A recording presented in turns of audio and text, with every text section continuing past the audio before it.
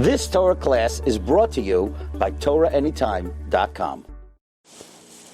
Welcome everyone as we learn number 19 and 20 in our tour through the wisdom of the giant of Rishonim, the Rosh, known as Orchos Chaim lha'Rosh, sponsored by my good friend Yael Klugman and family, Lili Nishmas Mishulm Ben Moshe, Chav Bas Yudah Kohen Klugman, for the successful shidduchim of their children, L'Refuah Shalema for Miriam Liba Bas Devora, Chaim Ben Rachel, Shapsi Ben Shifra, Petzienta Bas Leah. They should have a L'Refuah Shalema B'Sech Shachel Yisrael. Number 19, the Rosh now moves on to something that is the very core, the very lifeblood of a Jew, Shabbos Kodesh, the Holy Shabbos. Shabbos is Shakal Keneged Kol Torah Kula, it equals the entire Torah. And the Rosh says it's not something to trifle with.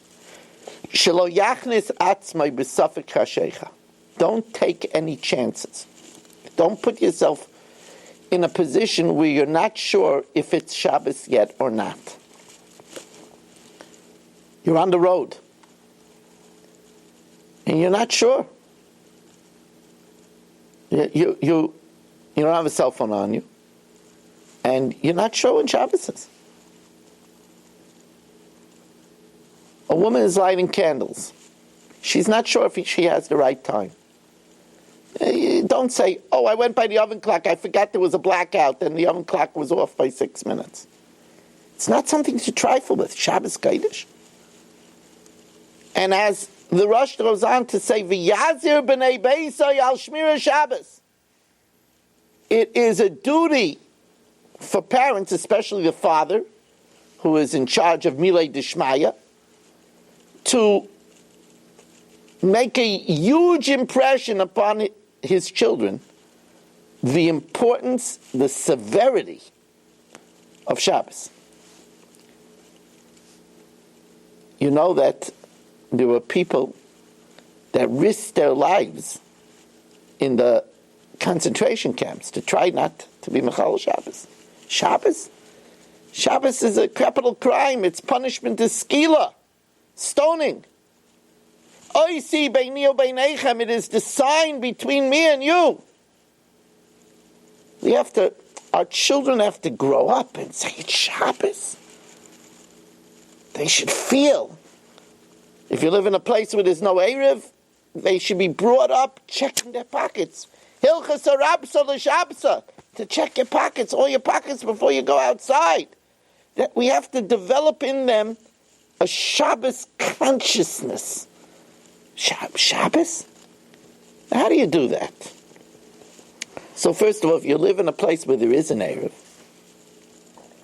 and I know it's a long Shabbos afternoon, you don't know what to do with the children, and I know everybody else does it, children should not be playing ball outside on Shabbos.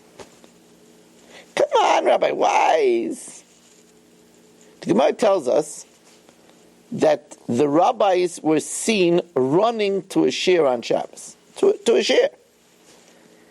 And the Gemara says that one said, Mereish, initially I thought the Mechalel and Rabbanan Shabbos, that they were desecrating the Shabbos, because in Kiddusha Rabbah we say the pasuk, Im toshiv mi Shabbos raglecha, if you withhold on Shabbos your feet.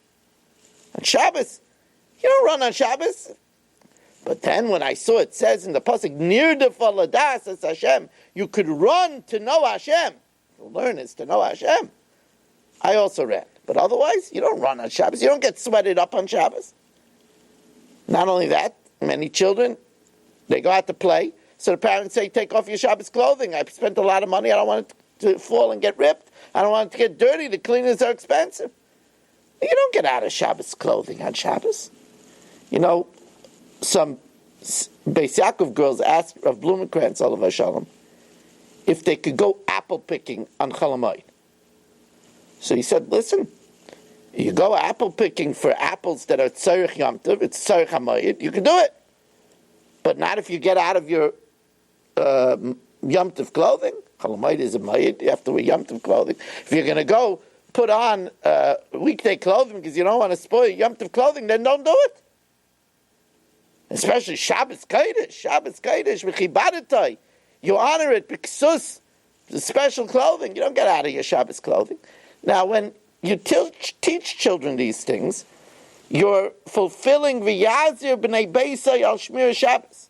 You know, the Mishnah Berurah writes in his Akdama to the third chelik of Mishnah Berurah that if you don't know Hilchas Shabbos, it's very hard to be a Shomer Shabbos. Slowly, we need to educate our children on muktzah. You're not allowed to move that. It doesn't have a function on Shabbos. You're not allowed to move it. What are you just moving around a pot? A pot is like a pen. You don't need it. A pot is used for cooking. A pen is used for writing. It's muktzah. There's certain times if you want to put some stuff in it, it could be permitted. But it's a klei shemalachto l'isser. It's a keli that is used for isser. We have to train our children. Now, a rock, it has no purpose. It's muktzah. You don't move a rock. What are you doing? You're not supposed to be leaning on the tree. We have to teach our children. And we have to tell them how important it is. If we see somebody open up a light by accident, the next week there should be a scotch tape there. So we have to teach them. It's Shabbos Kodesh. You have to be careful with Shabbos Kodesh. We have to tell them that we have to talk differently on Shabbos. It says, "V'daber davar, shelo yediburcha shel Shabbos ki diburcha shel chol." Your speech on Shabbos should be different than the weekday speech. You're not allowed to say that tomorrow we're making a barbecue. It says, well, not tomorrow. Tomorrow's not Shabbos. No, anything that you're not allowed to do on Shabbos, you can't say that you're going to do it tomorrow. And saying Nishtov Shabbos Geret doesn't help. That's like going into Tony's Cafe and having a ham sandwich and say Nishfa Guti Jewish Yingel to Essen. It doesn't help. Shabbos speech has to be different. We have to make sure that they get the awe of Shabbos. They have to see that we won't travel right before Shabbos. We won't take any chances. At least time and a half to get to your destination. One accident on the road and everything comes to a standstill. People leave to the Catskills 2 hours before Shabbos. Are they crazy? And then they go and ask the Rav, Shayla, what are they going to do? They shouldn't be doing that. You don't have time, don't come. I know we want our children, you don't have time, don't come. We have to make an impression upon them. Shmir Shabbos. Now, there's a big inyan of Tosfos Shabbos. To show that we're eager, we want to have a little extra Shabbos. And therefore we should make sure to daven mincha before nightfall. You'll say, well, you know, it's Shkia and you get 9 minutes after Shkia. But not Shabbos. Shabbos, when you daven mincha, it's still Friday. You want to have Shabbos early to show you're excited about Shabbos. Tosfos Shabbos. So says the Rosh, v'yaktim l'spal of Shabbos tfilas mincha. Make sure to be mispal of Shabbos mincha, kedei she'yikabel olav Shabbos m'bayid yom, so that you're accepting Shabbos before it arrives. If you're going to daven mincha late, so then that means you're encroaching into Shabbos' territory with Friday. You're not bringing in Shabbos a little early. This is especially important for women who want to daven mincha, but they're busy, they're putting on the blech, and they're taking the kugel out of the oven, and they're making sure that the children are dressed and have bows in their hair, and that the challah is on the table, and all the lights are good, and the fire in the blech is set right, and the heat in the house is in the right temperature. And then they want to put on their makeup and their Shabbos robe before lighting candles, and mincha. Daven mincha before, in order that you can be mekabel Shabbos beforehand. A husband is charged to make sure his wife never misses the 18 minutes. He has to tell her that your job is to light candles by 18 minutes. I don't care if the kugel is cold. I don't care if I don't have matching socks. It's one of the 3 things that a husband says to his wife, Benachas, Hedliku es haneros. It's time to light the candles now. In number 20, The Rosh tells us, Kishiagia eis tefillah mishalosh tefillos shebayayim. When one of the 3 tefillas arrive, whether it's Shachris, whether it's Mincha, whether it's Ma'ariv, Yaniach kol asakav, you should put aside all other occupations v'yispal, and daven. Now, first of all, this means that in the morning, when we get up, it's time to daven. It's not time to sit and have a repast. People, Shabbos morning, they have kokosh and coffee, and then they have other stuff. I mean, it says, Lo yisaychlu al adam, Lo yisaychel koydem sheispalu al iskei dimchem. Don't eat before you pray for your blood. Don't feed your face before you pray to Hashem. So also, we don't do work before davening. Because first we put Hashem first. Thank you very much. Yes. Perfect. We say in our davening that now the Rosh, when he says this, is actually referring also to something else. And that is that when we daven, we should strip ourselves of any worldly thoughts and concentrate only on the Rebbeinu Shalom. Now this is huge. In the Akdama to the Siddur HaMefurish, he says that this is one of the great accomplishments of prayer. And that is that we should divert our attention away from every other worldly thought and concentrate only on talking to Hashem. Rav Schwab says that tefillas are kedeged karbonos. Our shachris is tamid shel shachris, minchas tamid shel bein arbayim, ma'ariv is aktoras evarim u'pdarim, and tefillah is, since the avodah is done standing, tefillah has to be done standing. Since it's done by the mizbeach in a fixed place, so you have to have a makom kavua. Just like on every korban we have salt, I'll call korban chatak of melech. So when a person cries when they're davening, that's the salt. So he says in the korban is what's an avodah called hefshit v'nituach, flaying the korban, flaying off the skin. He says when we flay away all other thoughts, our clients, what we're going to have for supper or lunch or breakfast, our thoughts of Chol Hamoed Pesach, and we think only about that's the hefshit. That's the hefshit of tefillah, like a korban.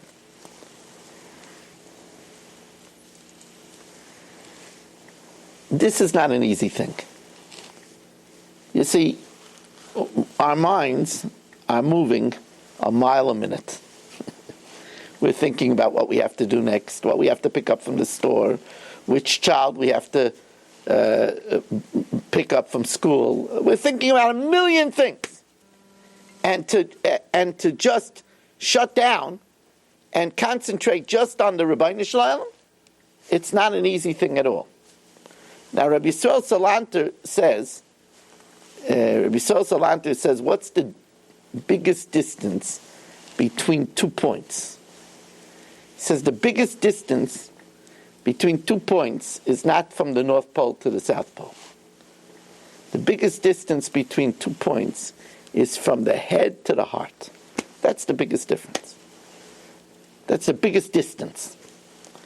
I'll prove it to you. If I ask you, do you believe that Hashem is listening to you when you daven? I mean, he has so many other things to do. He's running the world, the cosmos. And there's so many millions of you. And you think that when you're davening and you're Shema Kaleinu, you're Sim Shalom, you really think Hashem is specifically listening to you? And you'll tell me, of course. I say it every day. Baruch atah Hashem Shemei Tefillah. I know you believe it. But do you feel it? If you did, if you felt it, in the heart, you wouldn't be able to think about something else because Hashem is listening to me. How could I be such a mechutza? That's the challenge of Yadata Yoim Vashivaisel of Avecha. Know it, but bring it to the heart.